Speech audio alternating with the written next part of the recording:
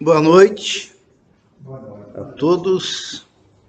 Vamos dar início ao culto de hoje em nome do nosso Senhor e Salvador Jesus, com o nosso coração agradecido por tudo que Ele tem feito, e o povo de Deus se reúne por isso, para adorar, para agradecer, para louvar, porque Deus é bom em tudo que Ele faz. Deus é bom, Deus é justo, todos os seus atributos são perfeitos. E nós vamos iniciar então orando ao Senhor. Eu vou convidar o irmão Romildo que ore nesse momento, consagrando, entregando este culto nas mãos do Senhor nosso Deus. Vamos orar. Amado Deus, querido Deus, primeiramente pedir perdão pelas nossas falhas. Ó Deus, nos colocarmos em Tua presença nessa noite, Pai. E vamos Te adorar, Te louvar, Te engrandecer Teu nome, Pai, colocar nossa vida diante de Ti.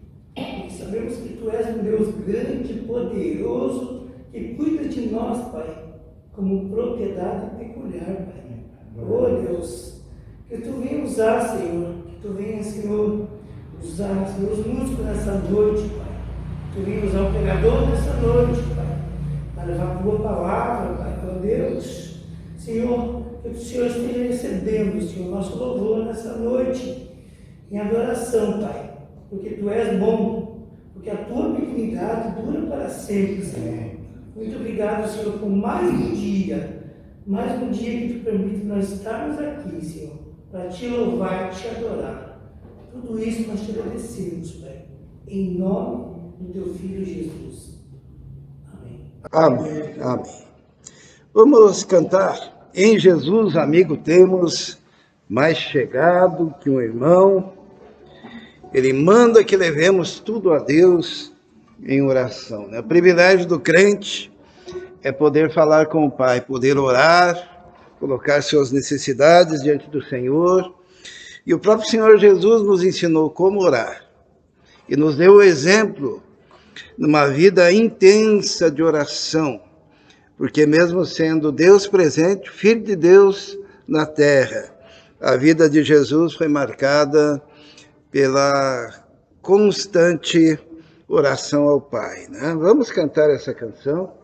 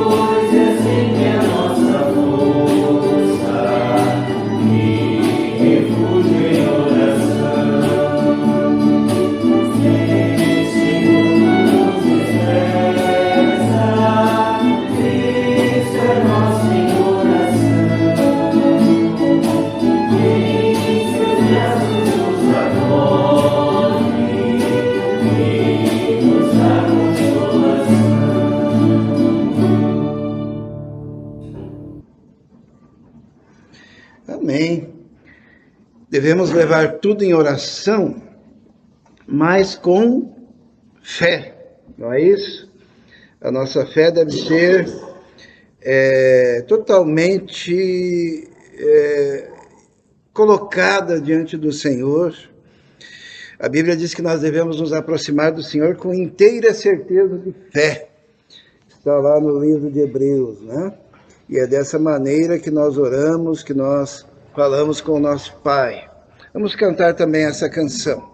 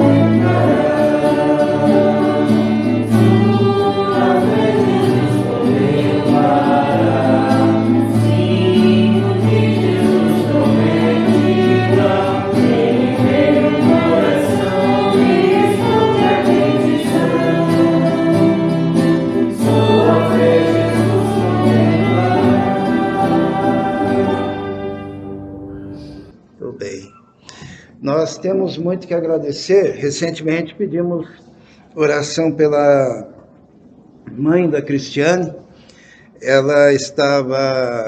A Cristiane estava muito entristecida porque não tinha acesso a notícias da sua mãe, que estava aqui numa UPA, aguardando vaga. Depois ela foi transferida para o Hospital São José. E ontem, sexta-feira, na verdade, ela recebeu alta, está em casa, precisando ainda de um andador, né, para começar a se exercitar. E todo aquele processo de recuperação. Mas nós louvamos a Deus pela recuperação, né, e pela alta da mãe da Cristiane, e a gente vê como Deus tem atendido, tem respondido às nossas orações, como Deus tem cuidado de nós, né, da igreja, como Deus tem guardado o nosso povo. E quando o nosso povo clama diante do Senhor, Deus tem sido bondoso, misericordioso, tem respondido, tem atendido a nossa prece. Então, nós temos que agradecer, temos que louvar ao Senhor por isso que o Senhor tem feito. Vamos orar? Senhor, queremos nesse momento te agradecer. Em primeiro lugar, pela proteção que o Senhor tem concedido à sua igreja, às famílias da igreja, aos idosos da igreja, aos jovens, aos adolescentes, ó Deus. Nós te louvamos, te agradecemos, ó Deus, porque reconhecemos que o Senhor tem olhado para cada um de nós com uma atenção tão especial, ó Deus. Nós não merecemos, mas te louvamos e agradecemos os teus cuidados. Também te louvamos e agradecemos porque o Senhor tem atendido as nossas orações. Muito obrigado, Senhor, pela alta daquela senhora, ó Deus, que nós pedimos ao Senhor, e o Senhor atendeu, o Senhor agiu, o Senhor a tirou daquela situação, ó Deus, de internamento, de intubação, ó Deus, naquele hospital, e hoje ela está em casa, se recuperando, ó Deus. Pedimos que a recuperação dela seja total, seja completa, que a tua mão poderosa esteja, Senhor, naquela família, na família da Cristiane, e que estas experiências possam servir e ajudar, ó Deus, para que a família fique ainda mais firme, mais segura, ó Deus, mais confiante nas tuas mãos, ó Deus. Nós pedimos que todas as coisas sejam usadas para o desenvolvimento e para o crescimento, ó Deus, de cada um de nós também. Tudo isso colocamos diante do teu altar, em nome de Jesus. Amém. Amém. Vamos cantar mais um hino, que é o 236, atribulado coração, descanso em Cristo encontrarás. Vivemos em um período de muita tribulação, de muita angústia,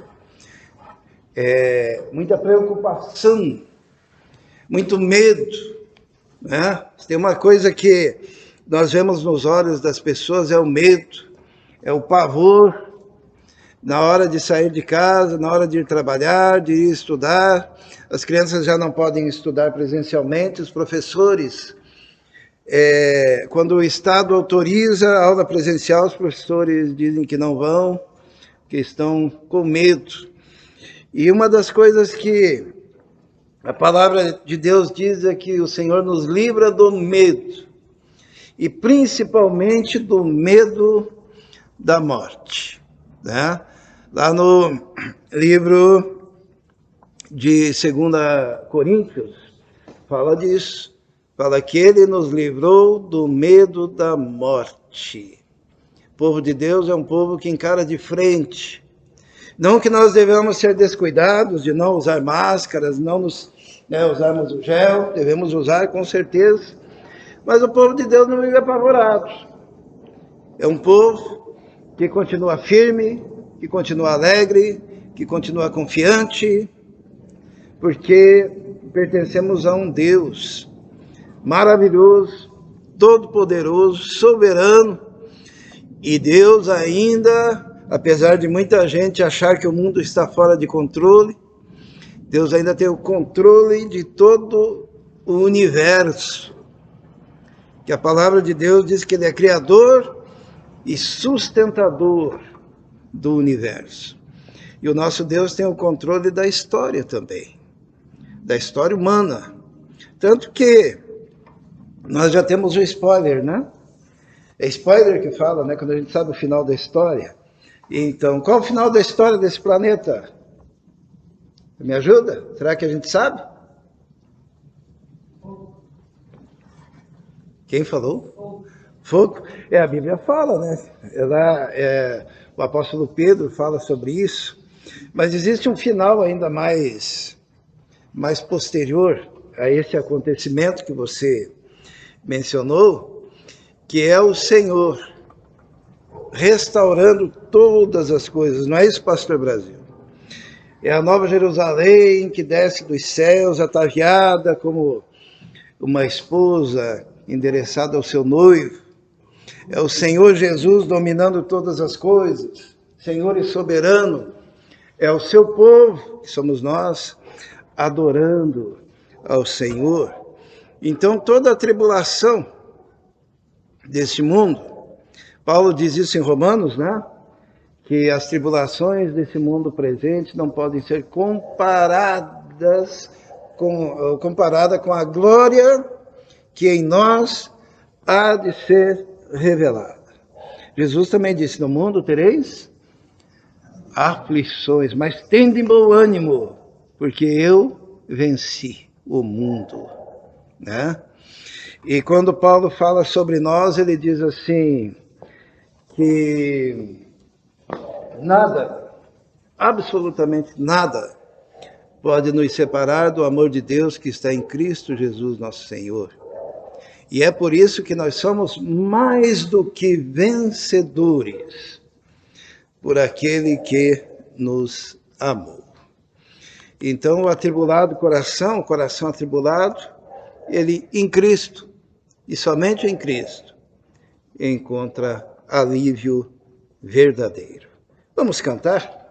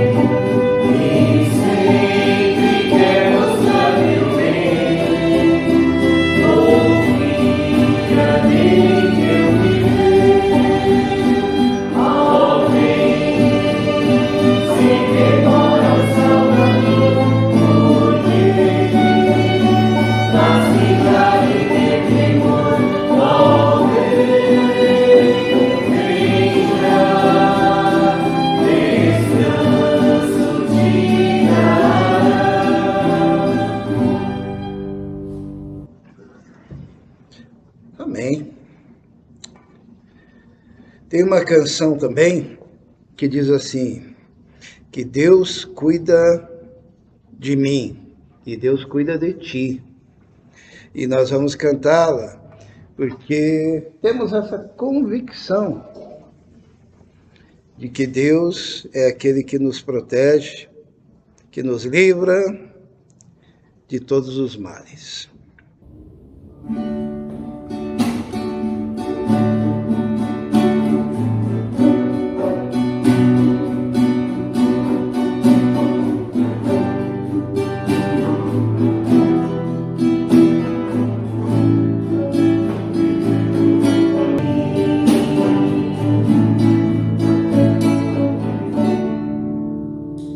Bem, nós podem se assentar ali embaixo e nós vamos abrir a nossa Bíblia. Depois vamos cantar mais um pouco, né? Mas nós vamos abrir a nossa Bíblia no livro de Romanos. Livro de Romanos.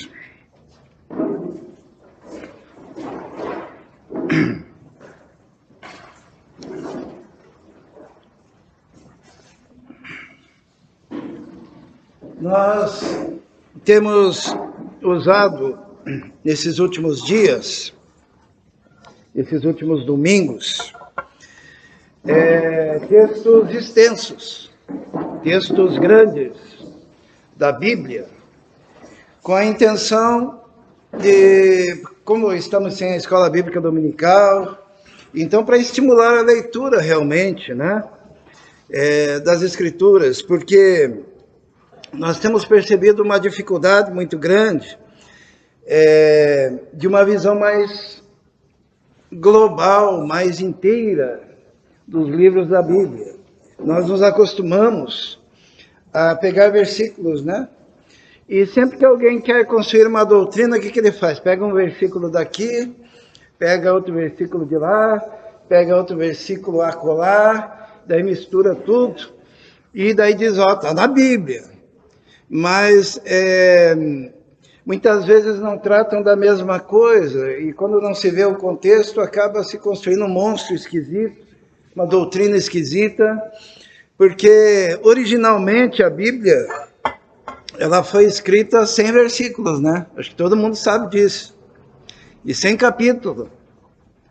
Isto é, não existe lá no original capítulo 1, versículo 1, versículo 2 e tal, não. Quando Paulo escreve suas cartas, é corrido, sabe? E dá uma diferença muito grande quando você lê o contexto e de quando você isola um versículo, tira fora da perícope, que seria aquele parágrafo que trata daquele assunto que está sendo aludido pelo autor, e você retira do contexto e vira uma salada. O Israel mesmo comentou comigo. Esses tempos estava ouvindo alguém e a pessoa construiu um monstro usando versículos, né, isolados e fazendo um arranjo mental tão grande para tentar provar uma doutrina que contrariava totalmente as Escrituras Sagradas. Então não é porque você pensou um versículo, você tem que olhar o contexto daquele versículo. Por que ele foi escrito? Em que livro que está? Qual era o assunto? Qual era o tema? Se é de Paulo, do que Paulo estava falando? Então, por isso nós temos trazido textos maiores para a gente entender o contexto sempre daquilo que está sendo dito. E hoje, livro de Romanos, a gente quer falar sobre esse tema aqui, que é um tema caríssimo para a igreja do Senhor Jesus, que é a justificação pela fé versus a justificação pela lei, né? Quem é e quem faz parte da igreja crê na justificação pela fé. E é interessante que a justificação pela fé, ela é uma mensagem aparentemente contraintuitiva. O que é uma coisa contraintuitiva? é uma coisa que vai contra o normal, a lógica normal, né? Se a gente deixar uma pessoa se basear numa lógica ou no senso comum, ela vai por um caminho. E a justificação pela fé é contra-intuitiva, porque ela dá um nó na cabeça do povo para o qual o livro de Romanos tinha sido escrito originalmente. É interessante que quando Paulo escreve aos Romanos, ele está ciente de que em Roma tinha uma comunidade judaica enorme. E os irmãos sabem que os judeus, eles foram condicionados por muito tempo ao cumprimento da lei.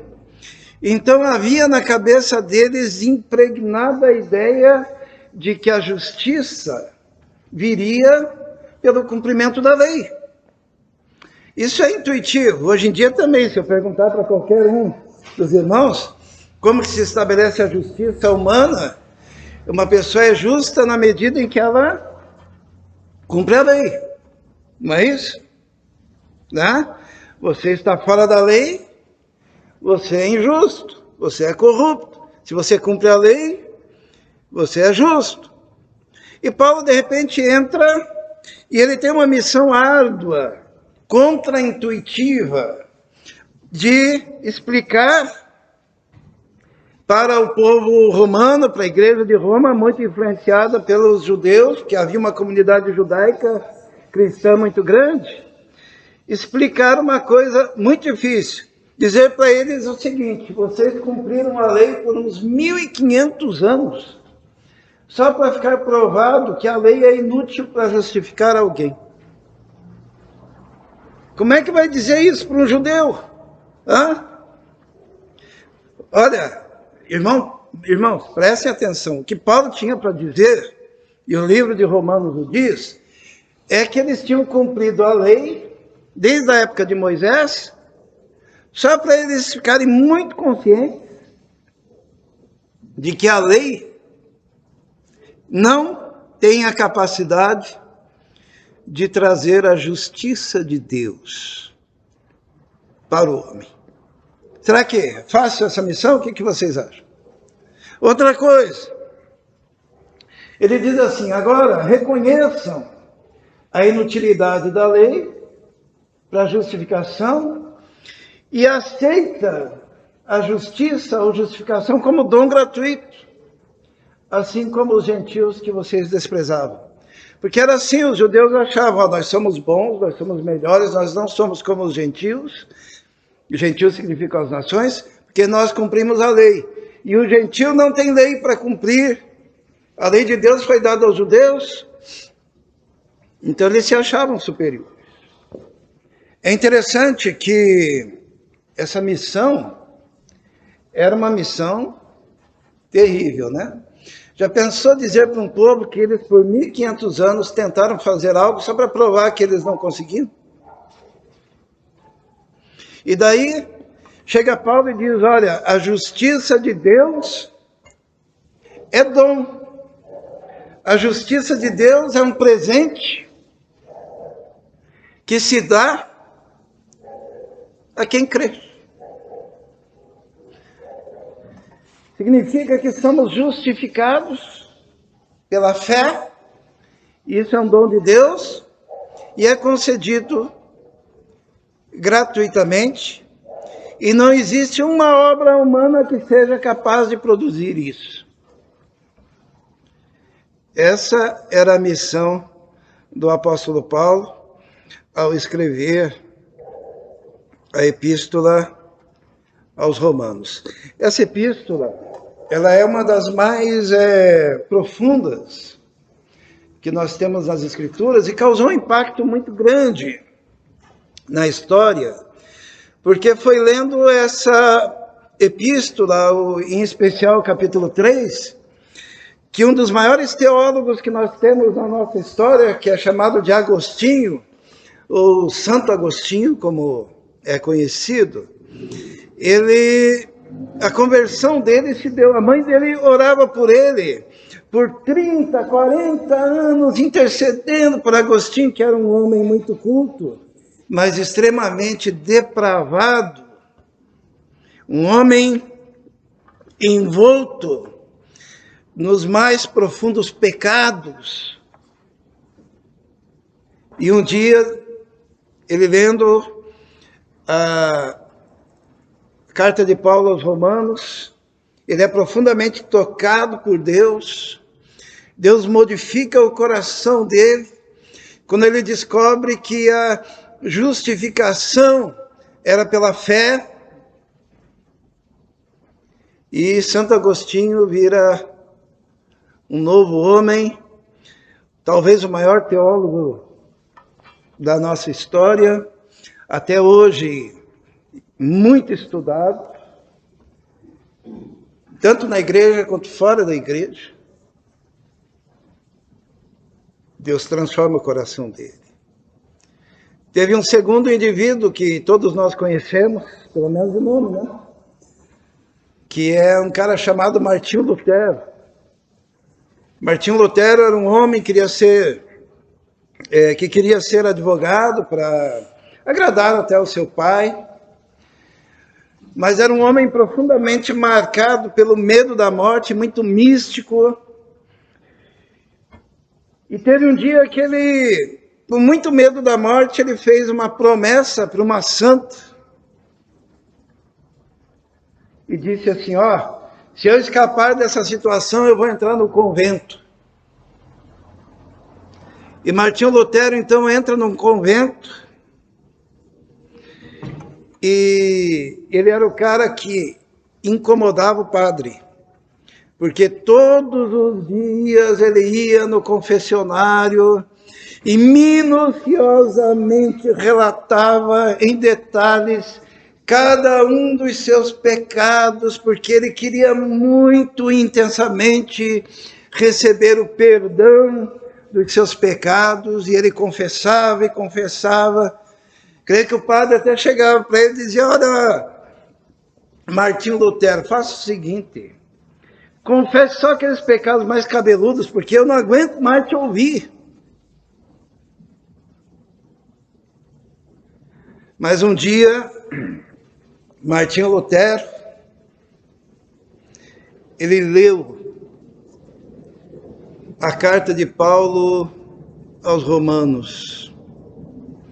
Foi profundamente impactado, porque ele descobriu que a justiça de Deus era concedida pela graça, que vinha como resultado da fé, que era dom de Deus, e que não haveria nada, absolutamente nada que o homem pudesse fazer para ser considerado justo diante de Deus. E Martinho Lutero, ele se converte ao Senhor Jesus, e o resto da história os irmãos sabem, né? Ele foi aquele que promoveu a reforma protestante e modificou a história e modificou o mundo através da sua pregação. Depois, em Londres havia um grupo chamado Grupo da Santidade. Era um grupo de homens que se reuniam para orar. Dentre eles estava um cara chamado John Wesley, tinha um outro chamado Whitefield, e eles estavam ali para orar, até que resolveram estudar o livro de Romanos. E Deus os impactou de uma forma tão profunda, quando eles descobriram no livro de Romanos que a justificação era pela fé, que não haveria nada que eles poderiam fazer para conseguir ser declarados justos diante de Deus. E ali iniciou-se um dos maiores avivamentos da história com esses pregadores. Todo mundo já ouviu falar dos irmãos Wesley. e de George Whitefield, que saíram a proclamar o Evangelho do Senhor Jesus com autoridade e poder e modificaram a história com aquele grande avivamento. Na verdade, irmãos, o livro de Romanos é o livro que fala com muita clareza o que é o Evangelho do Senhor. É interessante que, quando eu estava estudando o livro de Romanos, eu pensei assim que entender Romanos é se livrar das seitas. Entender Romanos é se livrar das heresias. Entender Romanos é conseguir se livrar de todos os pensamentos que colocam no homem a capacidade de conquistar, de adquirir a sua própria salvação. E agora, no livro de Romanos, então, a intenção de Paulo era mostrar isso, em especial para os judeus, que aqueles 1.500 anos que eles cumpriram a lei, era só para provar para a humanidade que ninguém consegue obedecer à lei e ficar no alto padrão de santidade imposto por Deus. E que o único que cumpriu tudo e foi perfeito foi Jesus. E que somente através de Jesus é que nós somos aceitos diante de Deus. Que missão contar isso para os judeus? E como que nós contaríamos, né? Nós vamos ver como que Paulo fez. E essa mesma lógica funciona para qualquer seita. Foi essa lógica que fez Martinho Lutero iniciar a Reforma Protestante. Isto é, por que essa lógica que ele usou nos ajuda a trabalhar com as seitas? Por quê? Porque toda seita tem algumas características. Eu vou mencionar, antes da gente entrar no texto, eu vou mencionar aqui algumas características das seitas. Primeira coisa que uma seita tem é exclusividade. A seita acha que só eles, e através deles, é que existe salvação. Toda seita. Se você pegar, por exemplo, o Testemunho de Jeová, daí tem lá a doutrina dos 144 mil, né? Dos salvos, e só através do movimento Testemunho de Jeová que você é salvo. Se você pegar os mormons, é só através dos mormons. Se você pegar diversas outras que têm surgido ao longo da história, você tem que entrar para dentro daquela denominação, e através daquela denominação é que você será salvo. Por mais que fale de Jesus, mas a porta é através daquela denominação. Toda seita ensina que tem um batismo especial. Então você tem que se batizar para ser salvo. Eu acredito que os irmãos aqui sabem que o batismo não salva, né? Nós somos batistas, mas o batismo, ele não salva. O ladrão que estava lá na cruz, ele não teve tempo para se batizar, tá? E e muitas pessoas não tiveram tempo de se batizar. A Bíblia diz que Jesus não batizava, né? Eram os discípulos que batizavam. E o batismo, ele não salva por quê? Porque esse batismo, quando se mergulha alguém numa piscina ou no rio, né? Porque tem também seitas que ensinam que tem que ser no rio, para que o pecado seja levado pela correnteza, esse batismo é um batismo simbólico. Existe um batismo real, e existe um batismo simbólico. É que nem a ceia do Senhor, né? Aquele pão simboliza o corpo, não é o corpo. Aquele vinho simboliza o sangue, não é o sangue.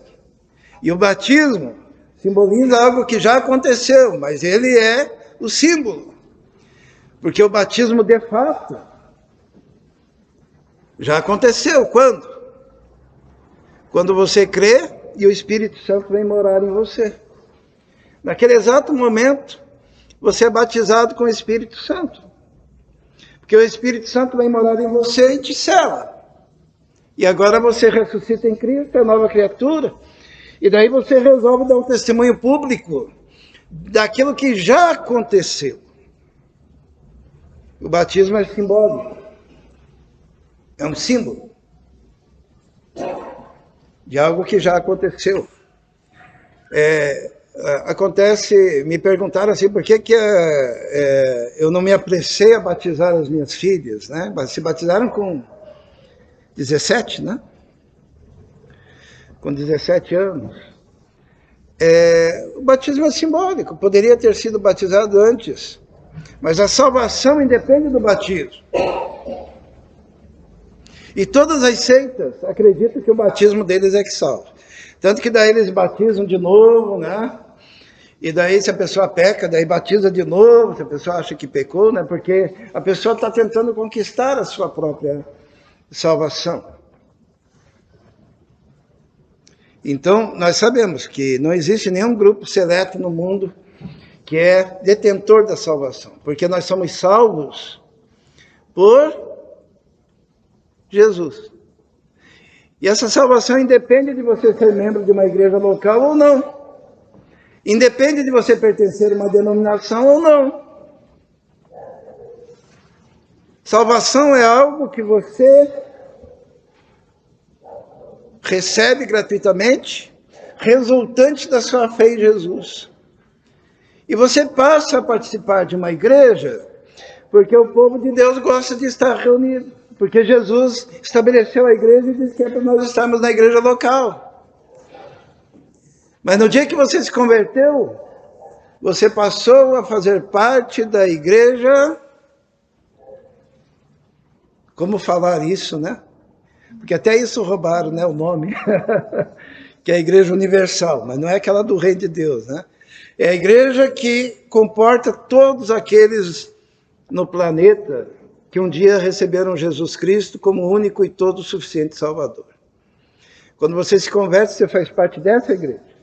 E daí você decide participar de uma igreja local, que nem nós aqui. Né? Agora a igreja não salva. O batismo não salva. Participar da ceia do Senhor não salva. Quem salva é Jesus. Quando você tem fé em Jesus. Então Paulo, quando vai falar, né, sobre a justificação pela fé, eu creio que hoje a gente só vai tocar um pouquinho nesse assunto, ele diz assim, primeiro ele se apresenta no começo da epístola, depois ele diz assim, porque não me envergonho do Evangelho de Cristo, pois é o poder de Deus para a salvação de todo aquele que crê, primeiro do judeu e também do grego. Ele já começa dizendo, olha, o Evangelho do Senhor, de Cristo, é o poder, o dínamos de Deus para a salvação de todo aquele que crê. Primeiro do judeu e também do grego. Porque veio o Senhor Jesus, é de um povo, o povo da promessa, né? Seriam os judeus. Primeiro do judeu e também do grego. Porque nele se descobre o quê? A justiça de Deus de fé em fé, como está escrito, o justo viverá da fé. Então ele já introduz, olha, a justiça de Deus, ela é resultado da fé. Ela não é resultado da sua capacidade de agir e de fazer e de operar. O justo viverá pela fé. E Paulo, então, primeiro demonstra que não há diferença entre judeu e gentil. Todos pecaram e destituídos estão da glória de Deus. Era muito difícil entender isso naquela época, que não havia diferença, que todos estavam debaixo do pecado, que a humanidade toda estava debaixo do pecado. Então Paulo ele começa a falar da depravação total da humanidade. Ele diz assim, porque do céu se manifesta a ira de Deus sobre toda a impiedade e injustiça dos homens, que detêm a verdade e injustiça. Portanto, o que de Deus se pode conhecer nele se manifesta, porque Deus o manifestou, porque as suas coisas invisíveis, desde a criação do mundo, tanto o seu eterno poder como a sua divindade se entendem e claramente se veem pelas coisas que estão criadas, para que eles fiquem inexcusáveis. Porquanto, tendo conhecido a Deus, não o glorificaram como Deus, nem lhe deram graças. Antes, em seus discursos, se desvaneceram e o seu coração insensato se obscureceu. Dizendo-se sábios, tornaram-se loucos, mudaram a glória de Deus incorruptível, à semelhança da imagem do homem corruptível, e de aves, e de quadrúpedes, e de répteis. Por isso também Deus os entregou à concupiscência de seus corações, à imundícia, para desonrarem os seus corpos entre si, pois mudaram a verdade de Deus em mentira, honraram e serviram mais a criatura do que o Criador, que é bendito eternamente. Por isso Deus os abandonou a paixões infames, porque até as suas mulheres mudaram o uso natural, no contrário à natureza. E semelhantemente também os homens, deixando o uso natural da mulher, se inflamaram em sua sensualidade uns para com os outros, homens com homens, cometendo torpeza e recebendo em si mesmo a recompensa que convinha ao seu erro. E como não se importaram de ter conhecimento de Deus, assim Deus os entregou a um sentimento perverso para fazerem coisas que não convêm. Então aqui Paulo vai descrevendo a depravação humana. Como o homem se afastou de Deus e como o pecado o atingiu em todos os setores da sua existência, né? Hoje em dia nós estamos numa época em que as igrejas evangélicas estão tentando se adaptar a este mundo, as práticas que são condenadas e que aqui se mostram condenadas, né, pelo Senhor, mas Paulo coloca todas essas coisas dizendo, isso daí, tudo isso é resultado, é fruto, é consequência do pecado que atingiu a humanidade, que atingiu todos os homens, que depravou todos os homens. E Paulo vai descrevendo muitas coisas e dizendo, estando cheios de toda iniquidade, prostituição, malícia, avareza, maldade, inveja, homicídio, contenda, engano. Ele vai falando, murmuradores, detratores, aborrecedores de Deus, injuriadores, soberbos, presunçosos, inventores de males, desobedientes aos pais e mães, nécios, infiéis, sem afeição natural, irreconciliáveis, os quais, conhecendo a justiça de Deus, que são dignos de morte os que tais coisas praticam, não somente as fazem, mas também consentem aos que as fazem. Paulo está dizendo, olha, o homem é isso daí. E é a primeira coisa que se precisa entender quando se quer falar sobre a justificação pela fé. Primeira coisa, o homem é miseravelmente depravado. Depravado no sentido que todos os poderes da sua personalidade foram tocados pelo pecado. E o homem se atolou no pecado, e vive no pecado, e anda no pecado. E faz parte da natureza do homem pecar. E o homem, por causa da sua natureza pecaminosa, ele é incapaz de praticar sequer um ato de justiça. Porque quando ele tenta fazer o bem, o mal está diante dele. O apóstolo Paulo, no capítulo 7, ele chega a dizer assim, miserável homem que sou, quem me separará, ou quem me libertará deste corpo de morte? Porque tendo no coração o desejo de fazer o bem, o mal está sempre diante de mim. E na busca de fazer o bem, o mal vem e me domina. Quem me livrará disso? O apóstolo Paulo, quando menciona o que é a depravação humana, existe um exemplo disso, assim, muito claro, na história antiga. Era que quando alguém cometia um assassinato, o que eles faziam para punir o indivíduo? Eles pegavam o corpo morto e amarravam no assassino. E aquele assassino tinha que ficar amarrado àquele corpo, que ia se decompondo, apodrecendo, enchendo de vermes, amarrado ao seu próprio corpo.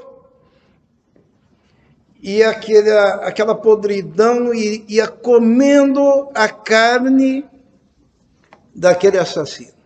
E Paulo faz essa comparação. É que o homem sem Cristo é como alguém que carrega um cadáver amarrado à sua própria alma. E mesmo que ele queira, ele não consegue praticar o bem. Mas quando Paulo fala isso, os judeus naquela época eles podiam pensar, mas nós somos diferentes. Porque nós temos a lei, porque nós temos as escrituras, porque nós temos os profetas, porque o próprio Jesus nasceu do nosso povo, então nós estamos num patamar diferente. Isso é uma certa arrogância religiosa. Às vezes a gente vê isso nos crentes, né? Eu, como pastor, todos esses anos, muitas vezes encontro diáconos, líderes, presbíteros e outros pastores que acreditam estar num patamar diferente em relação a toda a humanidade. Acreditam ser melhores, são mais cheirosos, são mais santos, são mais justos, são mais merecedores. Ledo engano. Paulo, então, ele demonstra que os judeus também foram atingidos pela mesma depravação e que não são diferentes do resto da humanidade perdida. E ele diz dessa forma, ele diz assim, portanto, és inexcusável quando julgas, ó homem, quem quer que sejas, não importa se você é judeu ou se você é gentio, porque te condenas a ti mesmo naquilo que julgas a outro, pois tu que julgas, fazes o mesmo. Eis que tu que tens por sobrenome judeu, e repousas na lei, e te glorias em Deus, e sabes a sua vontade e aprovas as coisas excelentes, sendo instruído por lei, e confias que és guia dos cegos, luz dos que estão nas trevas, instruidor dos nécios, mestre de crianças, que tens a forma da ciência e da verdade na lei. Tu, pois, que ensinas a outro, não te ensinas a ti mesmo? Tu que pregas que não deve furtar, furtas. Tu que dizes que não se deve adulterar, adulteras. Tu que abominas os ídolos, cometes sacrilégio.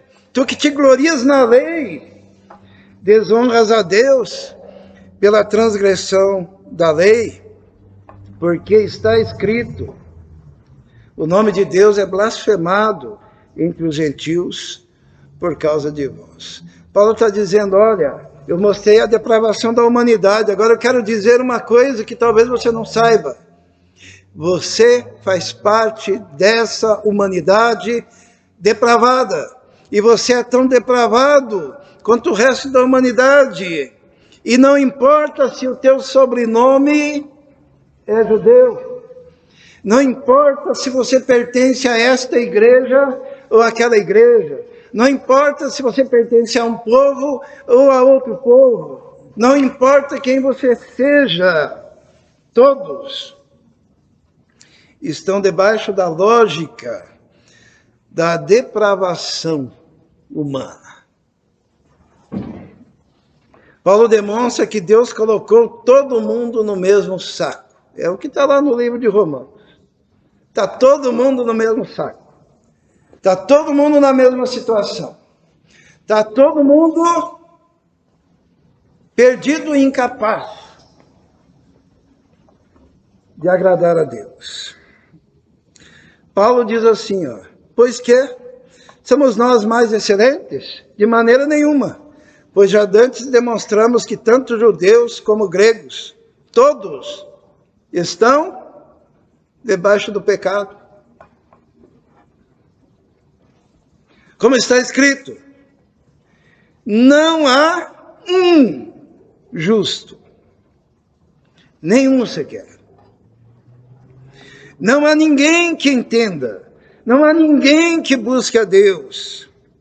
Todos se extraviaram e juntamente se fizeram inúteis. Não há quem faça o bem, não há nenhum só. A sua garganta é um sepulcro aberto.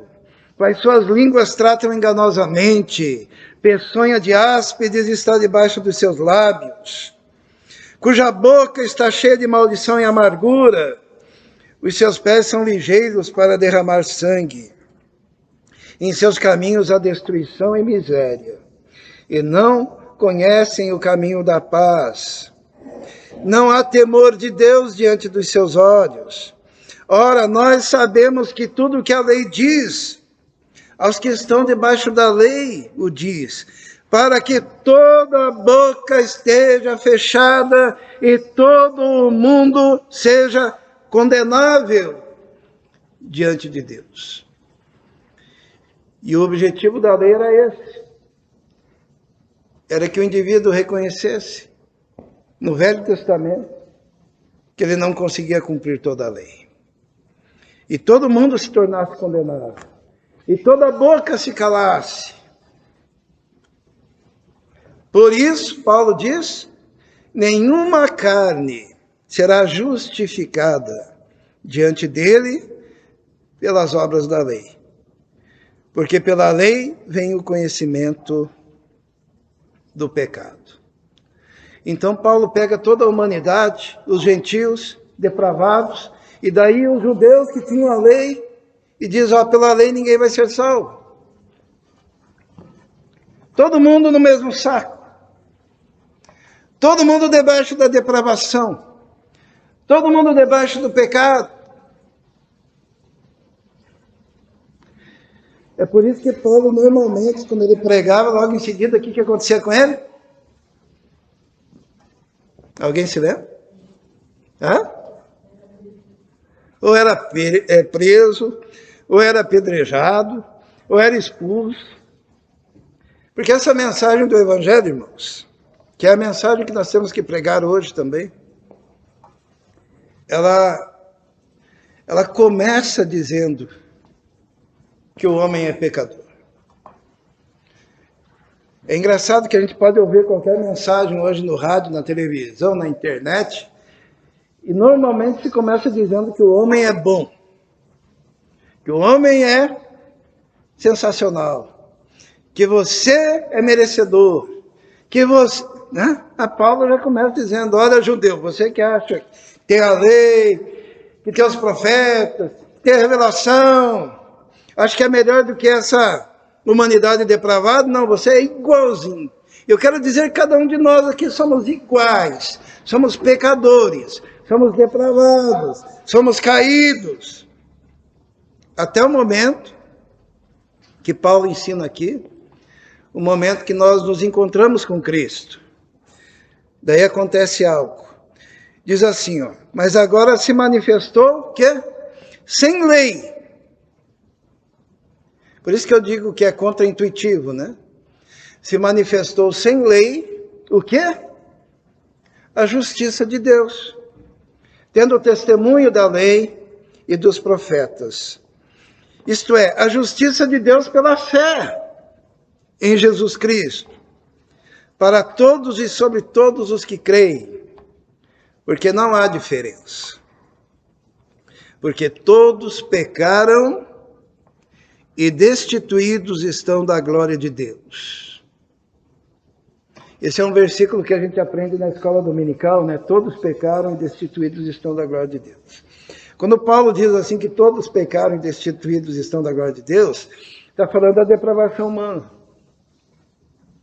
Todos, gentios, judeus, todos.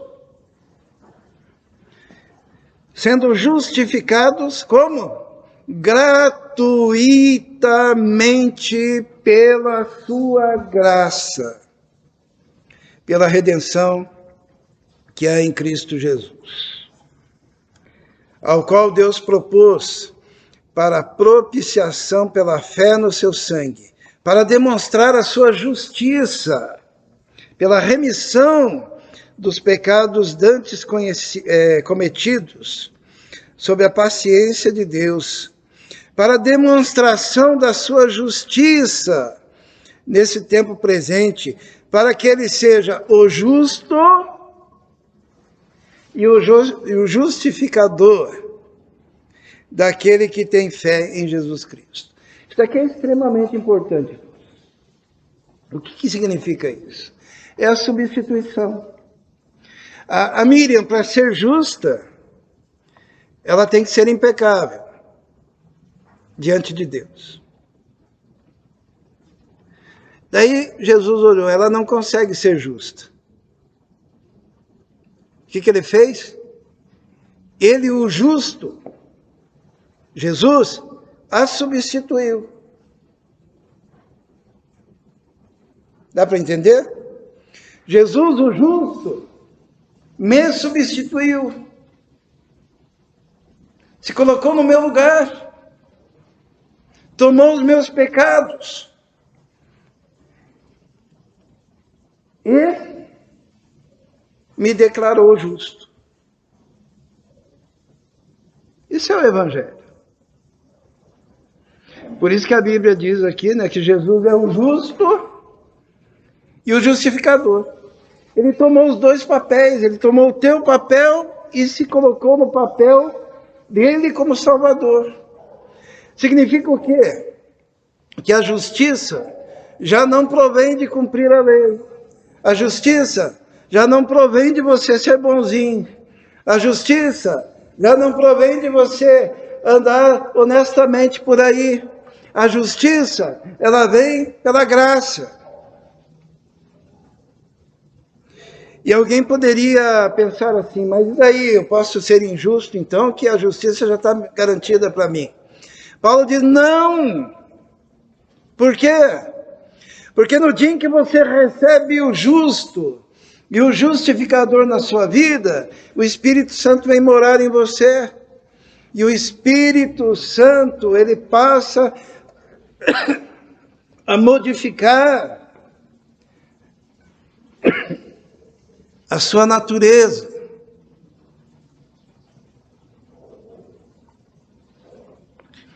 Naquele momento você deixa de amar o pecado. Naquele momento você deixa de querer o pecado. E o Espírito Santo vai te orientando. E o Espírito Santo vai te convencendo do pecado, da justiça e do juízo. Você se torna uma nova criatura. Você começa a dizer como Paulo, já estou crucificado com Cristo. E vivo não mais eu, mas é Cristo que vive em mim. E a vida que agora eu vivo, vivo-a na fé no Filho de Deus, que a si mesmo se entregou por mim. Essa é a doutrina da justificação pela fé. Por que Deus fez isso? Deus fez isso para eliminar toda a jactância. Alguém aqui sabe o que é jactância? É o termo que é usado ali naquela versão. A pessoa que está se jactando, ela está o quê? Está se vangloriando, se orgulhando.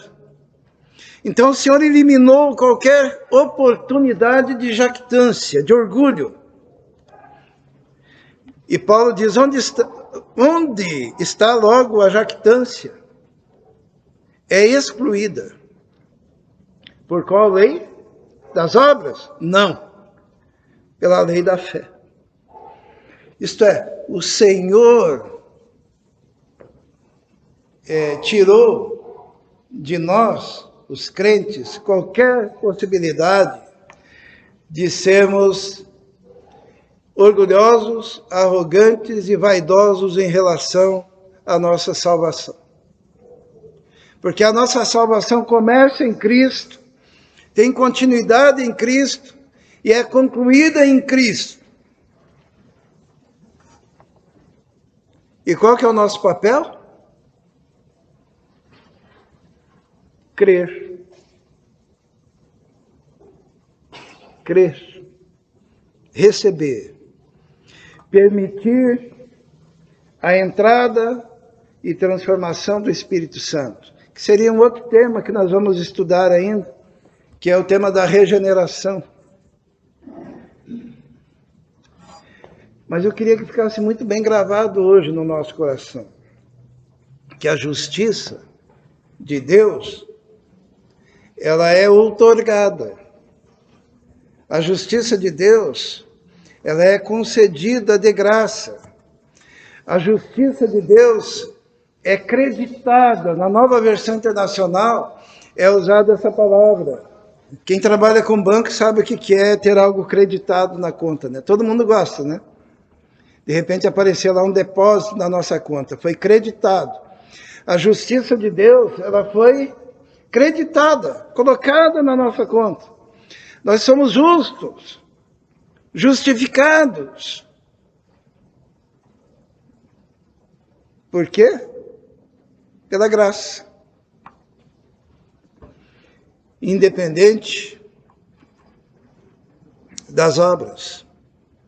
Paulo então diz: concluímos, pois, que o homem é justificado pela fé, sem as obras da lei. Versículo. É porventura Deus somente dos judeus? E não é também dos gentios? Também dos gentios, certamente. Visto que Deus é um só, que justifica pela fé a circuncisão, que seria os judeus, né? E por meio da fé, a incircuncisão. Deus só tem uma maneira de salvar, é pela fé. Você tem que crer no sacrifício vigário do nosso Senhor e Salvador Jesus Cristo. Paulo, então, agora, para nós concluirmos, depois desse preâmbulo todo, ele introduz agora a doutrina da justificação pela fé. Diante de tudo que foi dito, ele diz assim: tendo sido, pois, justificados pela fé, temos paz com Deus por nosso Senhor Jesus Cristo. Isto é, ele faz todo esse preâmbulo para dizer: olha, agora receba a justificação, que é pela fé, pelo qual também temos entrada pela fé esta graça, na qual estamos firmes e nos gloriamos na esperança da glória de Deus, porque Cristo, estando nós ainda fracos, morreu a seu tempo pelos ímpios. Porque apenas alguém morrerá por um justo, pois poderá ser que, pelo bom, alguém ouse morrer, mas Deus prova o seu amor para conosco em que Cristo morreu por nós, sendo nós ainda pecadores. Logo, muito mais agora, tendo sido justificados pelo seu sangue, seremos por ele salvos da ira. Justificação é um presente. Justificação é um dom. Justificação é uma dádiva. E quando você recebe a justificação pela fé, acabou a dor de consciência. Acabou o medo. E a justificação pela fé, ela é extremamente importante porque ela acaba com as seitas. Porque toda seita quer vender para você a justiça de Deus.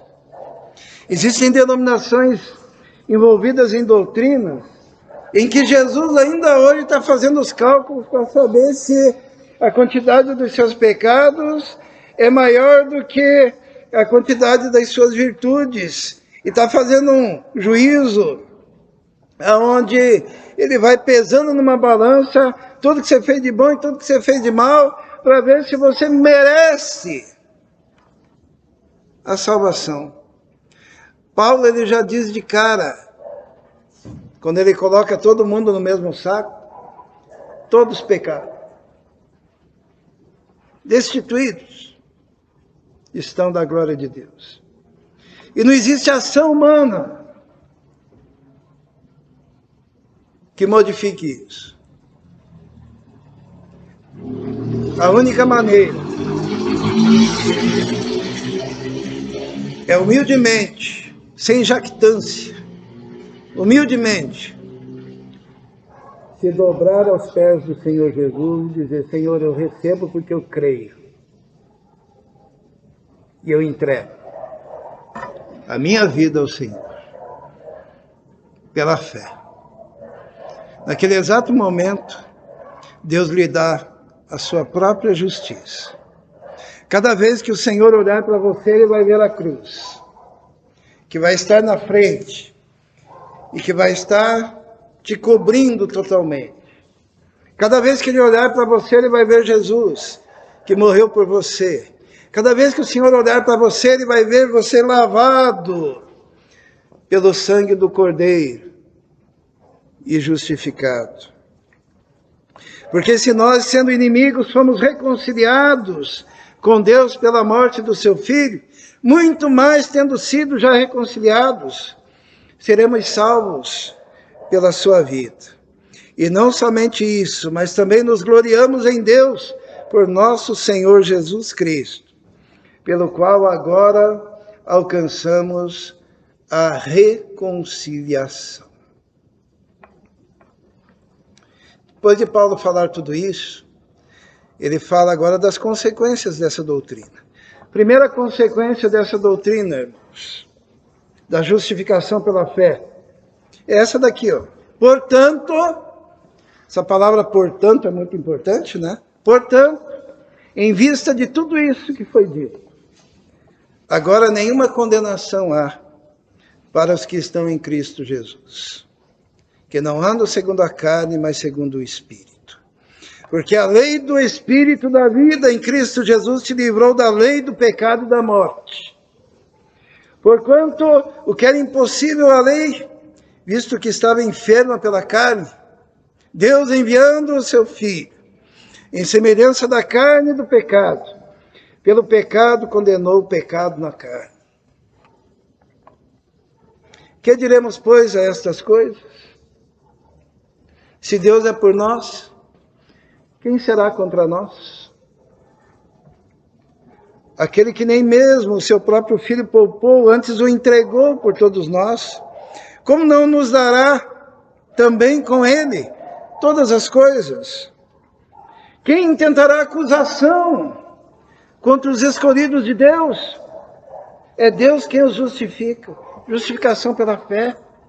É Deus quem os justifica. Ninguém pode nos condenar. Ninguém pode nos acusar. Quem é que condena? Pois é Cristo quem morreu, ou antes quem ressuscitou dentre os mortos, o qual está à direita de Deus e também intercede por nós. É muito importante a gente saber que Jesus, ele está à direita do Pai, fazendo o quê? Intercedendo. É o ministério de intercessão eterna do Senhor lá, né? Por nós. Isto é, Jesus não está agora promovendo um juízo investigativo para saber se você é bom ou se você é ruim. Ele está à direita do Pai, intercedendo, porque Ele já morreu pelos nossos pecados, já nos justificou, já nos salvou. Por isso que diz também: quem nos separará do amor de Cristo? O que pode te separar desse amor? A tribulação, a angústia, perseguição, fome, nudez, perigo ou a espada? Como está escrito: por amor de ti, somos entregues à morte todo dia, somos reputados como ovelhas para o matadouro. Mas em todas estas coisas, somos mais do que vencedores por aquele que nos amou. Essa é a justificação que Deus te deu, pela fé. Porque estou certo de que nem a morte, nem a vida, nem os anjos, nem os principados, nem as potestades, nem o presente, nem o porvir, nem a altura, nem a profundidade, nem alguma outra criatura nos poderá separar do amor de Deus que está em Cristo Jesus, nosso Senhor.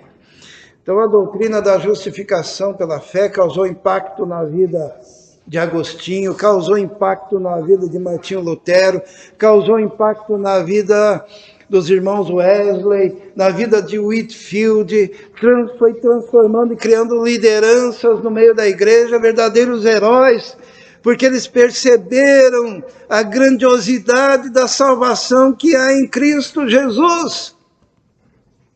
E é inadmissível nós vivemos hoje, em 2021,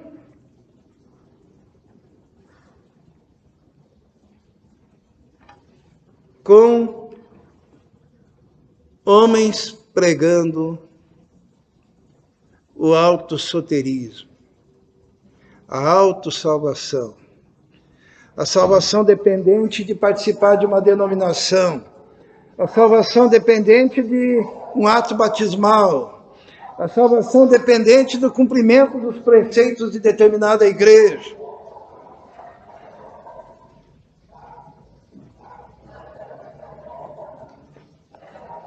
Quando nós entendemos a justificação pela fé, nós tendemos a querer cantar, que nem cantou o apóstolo Paulo. Eu vou ler agora o que ele cantou.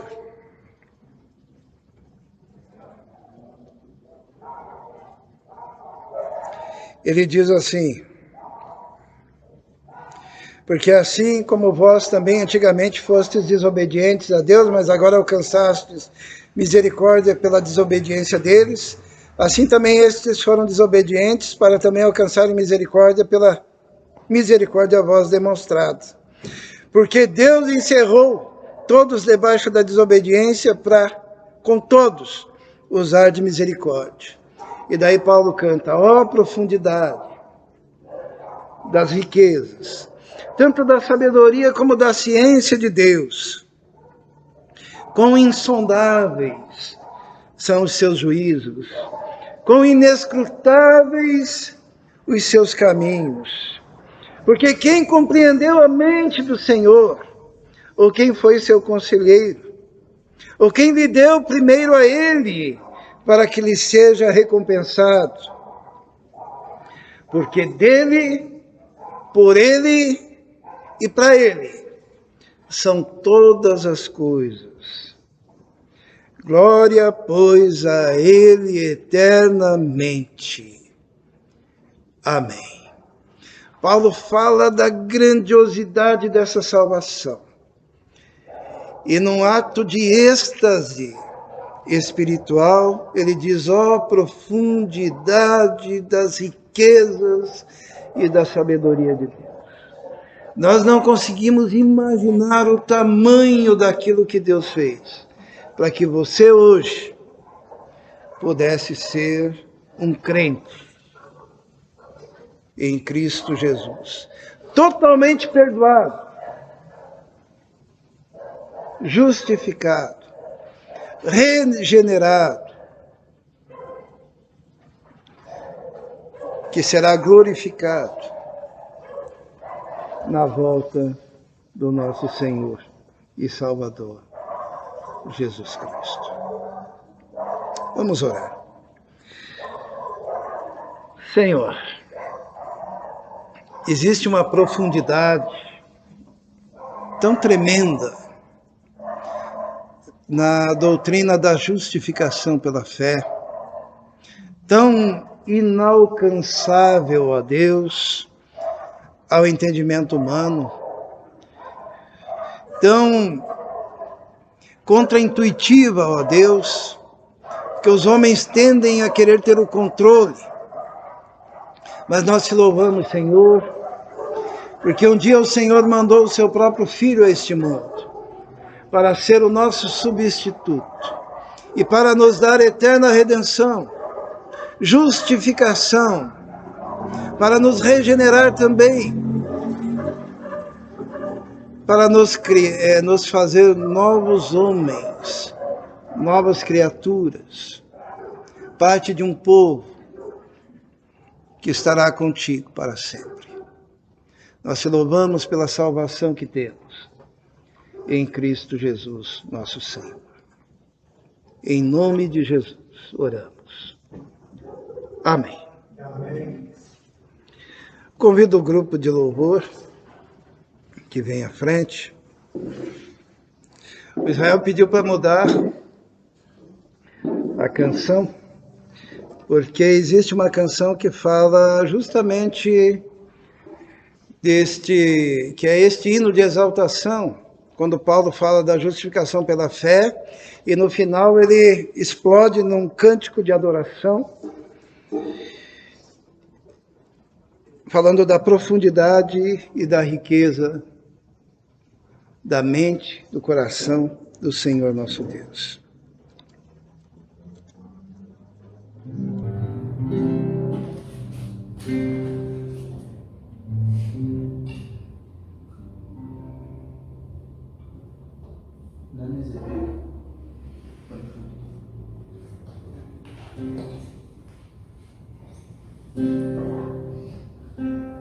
É uma música bem simples, ela tem um refrão que funciona assim: a Ele a glória, a Ele a glória, a Ele a glória eternamente.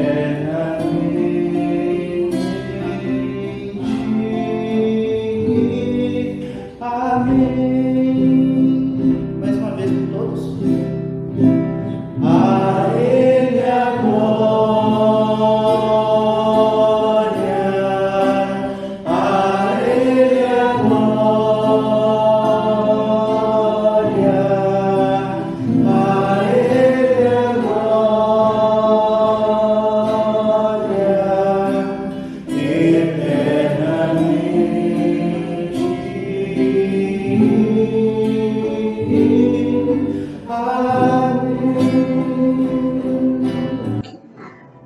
Antes de cantarmos, desde o começo, quem veio preparado para esse momento de entrega de dízimos e ofertas poderá fazer enquanto cantamos, E queremos pedir a quem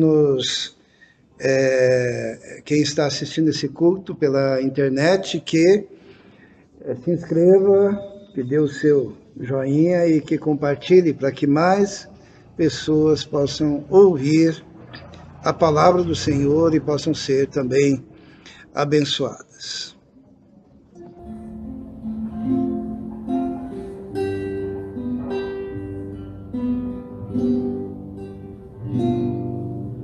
Ó profundidade das riquezas, tanto da sabedoria quanto do conhecimento, quão insondáveis, Senhor, são os teus caminhos.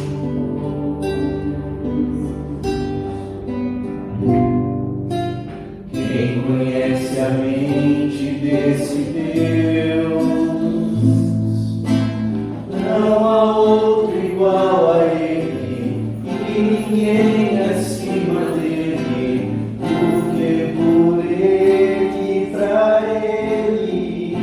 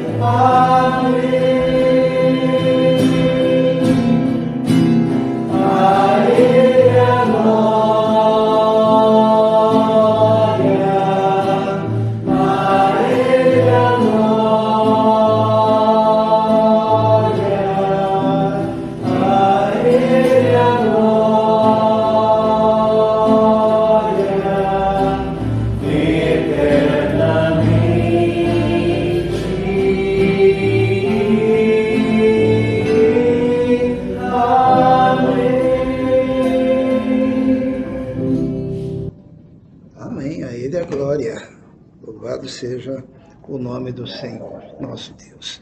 Vamos nos colocar em pé. Queremos lembrar que na quarta-feira estaremos reunidos em nome do Senhor Jesus, orando, intercedendo. Deus tem respondido às orações. Nós temos visto a mão de Deus agindo de forma tão grandiosa, tão poderosa. Deus tem arrancado tantas pessoas dessas UTIs como resultado do clamor do povo de Deus. E quase todas as eu acredito que em todas as quartas-feiras nós temos um testemunho de alguém que foi liberto, foi curado, foi restaurado a sua casa. E sabemos que a Ele seja dada, então, a glória, a honra e o louvor. Mas convido os irmãos que venham, para que juntos estejamos intercedendo, então, uns pelos outros, pelo povo de Deus, pela nossa sociedade.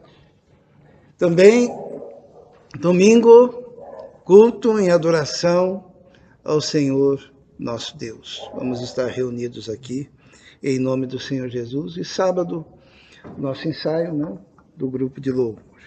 Feche seus olhos. Senhor, consagramos a Ti neste momento os dízimos, as ofertas que foram entregues conforme a Tua palavra.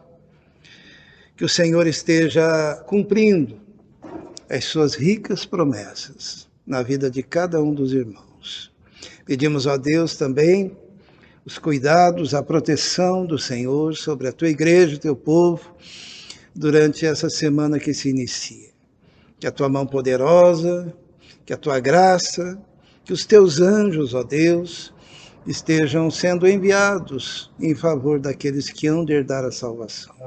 O Senhor esteja operando, protegendo no trânsito, protegendo nas viagens, protegendo da violência, Senhor, da violência urbana, dando saúde, dando sabedoria para os estudos, sabedoria para o trabalho, ó Deus, sabedoria nos relacionamentos. Pedimos tudo isso, ó Deus, que o Senhor abençoe o seu povo e que a graça do nosso Senhor e Salvador Jesus Cristo, o amor de Deus, o Pai e a comunhão do Espírito Santo esteja com todos vós, agora e para todos sempre. Amém.